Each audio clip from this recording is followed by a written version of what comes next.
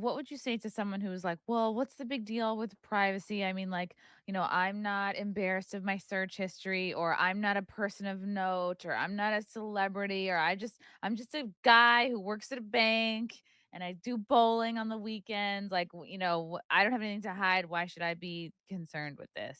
Yeah, I think there are a lot of ways to answer that. A lot of people use the argument, I'm not interesting. Why would anyone care? First of all, recognize that all your data is collected, whether you're interesting or not. And then there's the question of, well, one day, do you plan to become interesting? Well, you probably start protecting your data now, right? Because that data is forever. Regimes come and go, social norms change, but that data stays in a database that is permanently associated with your real world identity. So if you think that societal norms might one day change. Maybe abortion becomes illegal one day, or maybe, something else that you're passionate about. Maybe the federal government really starts cracking down on marijuana and it's like, actually, Or we're going to flaming hot upcode this. Cheetos. Yeah, Yeah. maybe they're like flaming hot Cheetos are a sin. They're a moral atrocity and we need to clamp down. And you've got this long history of every time you swipe your credit card of buying flaming hot, Cheetos or whatever. So it's important that you just be mindful of all of this stuff. And it's not just a matter, like, I mean, there's so many levels of it. There's the level of, well, one day you might be actually be targeted by people in power. Like an example that is very real world example is China implemented a social credit system. That social credit system dictates whether you can get rooms in a hotel, what school your kids can go to, whether you're allowed to take Loans. fast Yeah. transportation or whether you're only allowed to take slow transportation. Like it affects your daily life. Now, we have a similar surveillance apparatus to China. We have the same, degree of surveillance. It's just a matter of whether or not we're using it for nefarious purposes right now. Then there's the question of, will we be using it for increasingly nefarious purposes in the future? Because surveillance trajectory is headed in one direction. So that should be something people should be worried about. But then on the other side of things, there's like the private business side. A lot of people don't realize that so much of their data is just collected. Like these companies know inside out your preferences and your habits. So you do get scammed on the internet. And when I say scammed, I mean, use that term loosely, but in your search results, you will be fed different prices according to whether a company thinks you'll be willing to pay more for something. Things like No flight search way. results, all of that stuff is Mm. manipulatable and it is manipulated. So it's just, it's important to be aware of all the ways that you might be manipulated in your life. And I think it's important for people to protect themselves from that. It's easy to feel hopeless, and, like, especially if you're not someone who knows anything about tech, you don't work in a tech field, it's like you can barely remember your iPad password. It feels like, where do you even begin? How do you Yeah. know who to trust? What Mhm. if you have no friends who are smart like you are, like, in these areas? I am everyone's friend. I am all Everyone of your friends. I will everyone help become you. friends with me. Yeah, it's hard. I would say like the right off the bat, if you're using Gmail, I would stop. Right? So every time you No receive Gmail? no Gmail. They see everything in your inbox. They use that data. They create dossiers on you. They have so much information about you. Not only do they They have do? dossiers on you, but there's this thing called the fire hose of information that is used in a system called real time bidding. Now, we know that Google makes their money from advertising. Now, how does that work? Because Google says, like, we don't sell your data. Like, what's actually happening is so much worse. They have, I think it's in the United States, it's around 5,000 partners where they're called advertising partners. So they will basically say every time you go to a website, you know how there are those little boxes that appear and they're empty for a split second and then suddenly there's an ad in them. What's happening there is that website is saying, okay, well, this is Naomi that's just appeared. Who wants to bid on Naomi's eyeballs? This is everything we know about her. These are her sexual That preferences. kind of These are makes her me feel political persuasion. These special, are though. no, no, Chrissy, no. I would So like to think that it's maybe Coach and Michael Kors duking it out for who wants my eyeballs. well, the problem is that all of that data doesn't just stay with Google. It's also sold to bounty hunters. It's sold to data brokers. Did you know that there were a bunch of cell providers that were caught selling people's real-time location data to hackers? So like all of this stuff gets pretty creepy pretty fast, and it's easy for us to just think, well, I'm getting a better pair of Nike shoes, they're showing me exactly what I want. It's like, sure, some people might, but other people are using that data nefariously against you, and you're probably not even aware of it. And it's like pretty abstract, so a lot of people, it's hard to get them interested in this topic, because it's not until like your next door neighbor gets dragged out of their house, right, that you kind of understand how important some of this stuff could be. But, I've had a lot of friends who've had a ton of money stolen from them, just from, Really? phishing attacks, and people Whoa. knowing certain information that they shouldn't have known, that they were able to target people. All of this stuff, it's important to know that the internet is increasingly becoming a battlefield, and we all need to get better versed. But there are super simple things you can do. Like, email is one. Just don't give that data away to Google. Use a private email, like, TutorNoda, Proton Mail. These are great choices. Don't use SMS. Don't use Facebook Messenger. Don't use, even WhatsApp isn't that great. Use something like Signal, which is end-to-end encrypted and super private. When you're browsing, the browser you use, are you using Chrome or are you using Brave? Because Chrome is taking everything it can about you, every bit of What about searching that you're doing. DuckDuckGo? I So heard mixed reviews. DuckDuckGo, I used to be a big proponent of them. So for anyone who doesn't know what DuckDuckGo is, it is started out as a search engine. Now, a search engine is different from a browser. Search engine is basically the page that indexes all of the internet and says, oh, you're looking for this key term. Here are pages that match up, right? So DuckDuckGo used to be my go-to because they were staunchly neutral in their results. Google manipulates things and shows you things that it wants you to see. So you'll notice during elections, it'll show you certain things. Autofill will say certain things. This all works to manipulate people. I don't like the idea of that. I think it's, I'd rather just get things unfiltered, and rather than them ranking things, I'll rank them myself. I'll take a look at them and I'll decide Yeah. what's important. DuckDuckGo used to be that. It's also privacy preserving. Then they decided that they start filtering results and deciding what's disinformation and what's not. So I'm just turned off by that. I mean, they still, I'd say that they're privacy preserving, but that was such a core foundational principle of their company. I just don't trust them anymore. So I use Oh, Brave Search I've instead. never even heard of Brave Search. Yeah, so Brave is a browser, but they now have launched Search. The thing with search engines is it's really tough to compete with Google. When you have a company that knows so much about you, it can show you really good search results. So they also have these bots, spiders that crawl across the web and index everything. It's not as nefarious as it sounds. I see the look on your face. You're like, I'm spiders? Everything you're saying not to do, I'm doing, and I'm just like, "Oh, no, okay, I do all these things."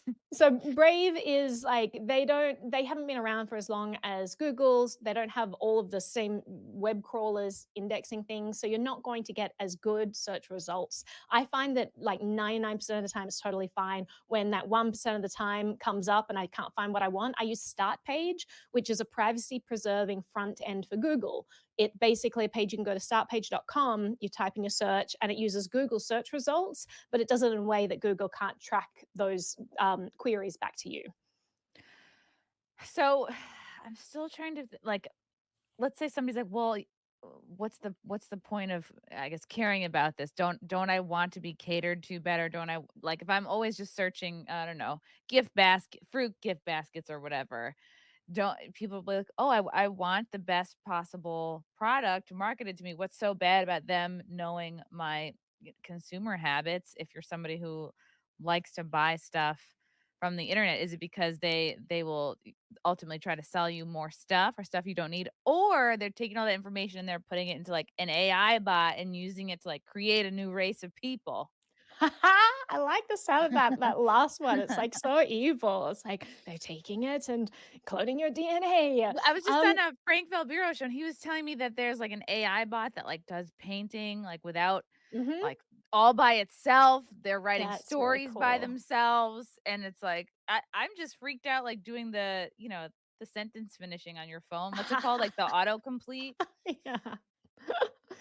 Well, I think So with what's that the ultimate, argument, yeah, like, worst case scenario? so I think that stuff's great, and if there were a way for me to get that stuff without bad people also getting access to my information, I might be okay with it. But the problem is that this is a major double-edged sword. And every time you put something out there that is not privacy preserving, you can bet that most governments in the world will end up with that information. So they will know things about you that can be used against you or to manipulate you or whatever. Um, and it's also being, as I said, bought by data brokers. It's being bought by companies that actually can't even protect that data. I mean, you probably heard of the Equifax breach, years ago, where there was this big class action lawsuit, and everyone who participated got it like 7 cents. And that's because they released so much personal information about people. So, like, if you wanted to know, like, I think a lot of people don't realize the extent to which data breaches expose private things about you. And it's not just your phone number. It's that phone number is then tied as a unique identifier to everything you do, to your government interactions, to your purchases, to your social media. It becomes a way Ugh. that people can actually then search for other things. And a lot of people don't realize how easy it is to actually find really personal stuff about people. Like, if you wanted to look for your neighbor and Like find my out weight about, like, or they could something. yeah, I mean, you've Like probably something put I that don't into want getting some out. app, Yeah. yeah, that's tracking something, or told your doctor and they just didn't, secure that data, and now it's in a data breach somewhere.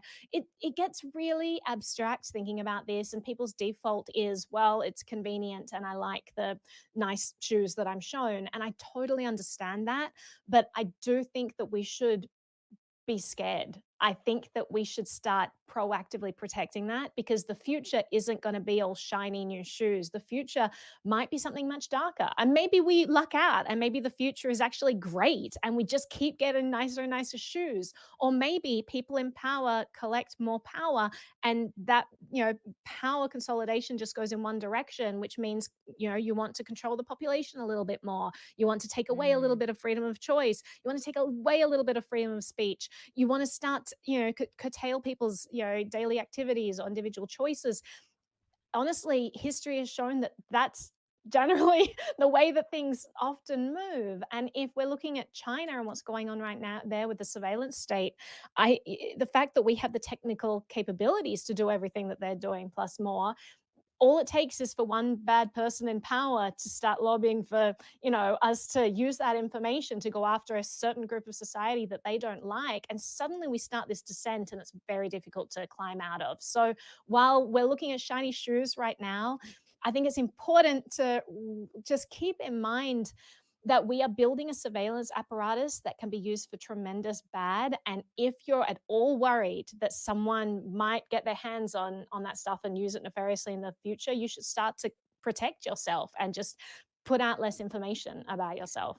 It sounds like this is something everyone should be interested in, but, like, I think in particular, like, the I think fans of mine, people who tend to watch this show, the kinds of shows that I'm interested in, I think about the kind of people I surround myself with. I think it's even more particularly important for you to be a little bit more private when and where you can, especially if you engage in, like, wrong think, wrong speak, right? Mhm. Like, Yeah.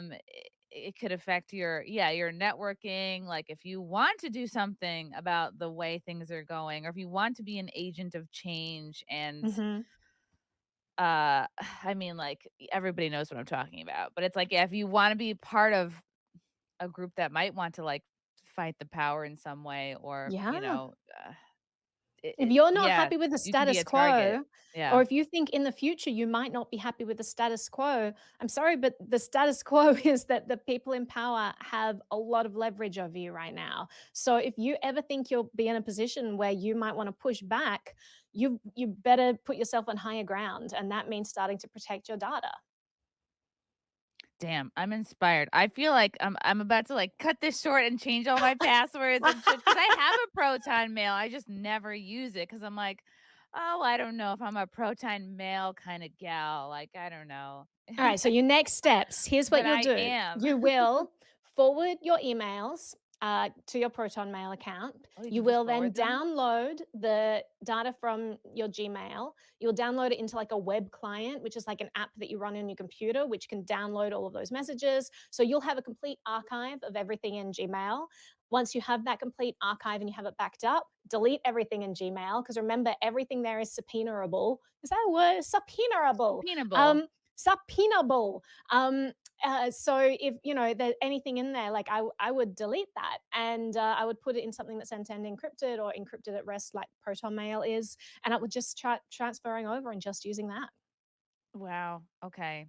This is interesting. This is enlightening. And because I did hear about there was a Twitter whistleblower that was talking all about how, I guess people can remote hack into, or they have in the past remote hack into some more like high profile accounts. How they had even, at one point, like they had a Chinese national or like a Chinese spy basically on payroll working for Twitter, and that there was up to about 4,000 employees of Twitter who all had access to like the geolocating aspects of Twitter. Yeah. And it's like, I'm like, oh, that's so many people that, you know what I mean? You think this information is just going to a few, I don't know, Yeah. individuals that it's related to their job, but there's just, especially if you're somebody who is, yeah, a little bit trying to fight the power. It's a little bit, it's scary when you hear stuff Yeah. like Did you this. know that it's trivially easy to find someone's like real-time location data? You just buy it. And do you know why it's easy? It's because every app we have on our phone generally says, do you give me permission to access your location? And even if you don't give it permission, like Google Maps is notorious for this. There are like 7 different areas where you have to say no, no geolocation, no geo. It's not just as Ah. simple as like a button you can switch off. So being mindful of which apps you actually have downloaded on your phone, being mindful that cell towers are constantly pinging your location. Like, I mean, we're going into tin foil hat territory, but when you start to translate that into real world scenarios where if you have a stalker, they can find your real world location, easily. And so just being mindful of protecting that data can be really important. I did a deep dive recently about cell phones versus VoIP phones, VoIP numbers. So the difference being that cell numbers associated with a little SIM or an eSIM and they ping cell towers. VoIP uses the internet. So you just need a Wi-Fi connection or you need like SIM data, but it basically one of them allows your number to be an identifier that can track you via cell towers and the other one can't because you can use a VPN. So just like transitioning over from a cell number to a VoIP number can be a really powerful tool to stopping this kind of tracking. Like little things like that. It gets pretty interesting. Oh my god, I've never even heard of VoIP. It just sounds like a cartoon. Like, VoIP, it's like what happens when you, VoIP. like, pull the rug out from under somebody. Yeah, This is what's happening that's to what's me right happening now. to all of us. The rug is being pulled. Someone in the chat said, "I would delete TikTok immediately." See, this is the one thing I did right. Well, I probably have it. I just don't use it, but I could probably go a step further and delete it because I knew that that was compromised way back when. Yeah. I have a Um TikTok account and I only started it because I wanted to make privacy tips for people, which is hilariously ironic that I created a TikTok account so that I could teach people about privacy. But I figure that they're the people who need to know about it the most. They're the ones who are probably using this app, not realizing how much data is being taken away. So I actually only have it. I have a different device. I have like 5 phones. So I have a device that's just Yes, for I love certain that. social media apps and it's never connected. There's no SIM in it, so it can't be, tracked location. The internet is always off, and I just turn it on with a VPN in front of it whenever I wanted to use that stuff. So, like, it gets, I mean, you could go down a whole rabbit hole. You can get to some pretty extreme methods for protecting your privacy. It's totally possible. I would say for the average person, just look at the areas where you could do, you know, 80% get 80% of the effectiveness with 20% of the effort, and that is switching over your messaging communications to something like Signal, switching over your email to something like Proton Mail, switching over your browser to something like Brave, and switching over your search engine to something like Start Page or Brave or DuckDuckGo, whichever your preferred one is. Just taking big steps like that actually goes a really long way. It's like, blackout curtains, but for your life, you know? I You could like that. sell this, Naomi, because this is, like, very overwhelming. Like, you could sell a Mm. package, like, set a price and be like, "Look, I will do all of this for you because it's." Launched right here on this Yeah, show. I'm like, "I'll Just be your I'm first creating a customer package. because I just wanna hand you money and have you do all these things for me because it's, like, very intimidating, but it's very important because these are Well, all it's things all that. for free currently, so I put out Oh. tutorials that walk people through it, but you're right, maybe I should just package it and say, "Here's Yeah. step 1, this video." do those things Wouldn't that be and so just kind of like funny? You start a business and then you ultimately just, like, get all these people's information and then, like, you turn over to the dark that, side and then you're just yeah. like, It is tough. I there's one person that I follow who's like, I really, really like their podcast, and I'm pretty inspired by them because they have a mailing list. So it's Michael Basil. He's a big privacy expert. If you want to go the extreme route, I recommend reading his books on extreme privacy. But he's like his book's this thick, and I've read it and written notes all through all of it many times. But it's complicated, and you have to know command line code, and you have to you have to do things that are pretty technical, and if there are glitches you have to figure out why there are glitches. But anyway, I'm inspired by the way he does things because he has a newsletter and he has people buying his book. He does all this stuff, and they're very, very vocal about how they do not keep that data about customers. Like they don't have a mailing list because they don't want to have, collect people's emails. So they just have an RSS feed and people can, download it from the website or whatever. So I think things like that, it's important for not just consumers to start being mindful, but if you own a business or you have the ear of someone who owns a business or you work for someone and you think that they could have better privacy practices, just see what you can do to sway things in the direction of less data collection or just taking steps to protect your consumers' data. It's better for liability because if you ever get hacked, it's a lot of information you're putting at risk and you could get in trouble. But it's also just good to help you sleep soundly at night, knowing that you're helping people who probably didn't know that they shouldn't be handing over information to anyone. from What's Up Front Porch, if reform-minded leaders were elected here in the US, what changes would you recommend be put into law to protect privacy, or are things irreversible? Well, laws get tricky because you look at something like GDPR, which I think is a positive law. I'm not a law kind of person. I don't think laws are going to save us as my general mentality because I just think that laws are so often used as like a rent seeking tool for some companies over others. Like I just see so much. Uh, I don't like some certain people getting the right to choose for the rest of us, things in our life. I think people should kind of be left alone to do what they want. And if they hurt people, if they take their stuff, then we can have laws around that stuff. Now, when it comes to privacy, it gets really murky because you also have to think about how enforceable is this law? And is this law actually going to achieve its ends? It's not enough to have something that just has good intentions if the result ends up being a negative. And GDPR, I think, for the most part, has net positive results. It gets people thinking about data collection in a different way, but it is also enforced really arbitrarily. And that's a dangerous tool in the hands of a government because you could have Google that's like skirting this law all the time, which they absolutely are with their real-time bidding system, and they've admitted to that in like leaked documents.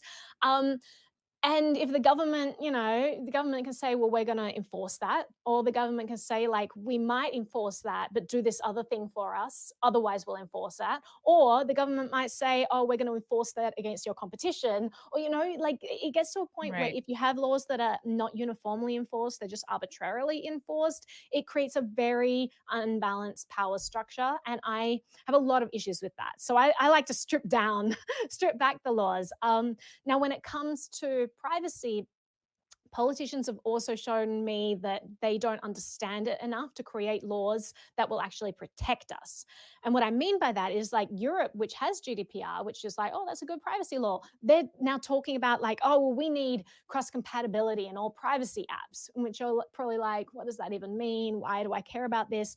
Basically, what they're saying is they want to lower the privacy standards of the most robust encrypted communications to the lowest common denominator so that everything's compatible with everything else. Like why are they doing that? Like let the Ugh. people who want more privacy choose the better products. So when it comes to reforms and laws, I don't see that as being the bastion of hope. If there are people out there fighting for good reforms, all the best to them. And I hope that they succeed. I'm just not hopeful. I'm a little bit of a pessimist there. I think that educating people, educating companies to have better privacy practices for their customers, teaching people how to navigate this world. Let me take a step back. I think that the government likes collecting data about you. We know this. They like having these giant databases filled with information. Companies like collecting data about you, and we know this. And they have these big silos of information.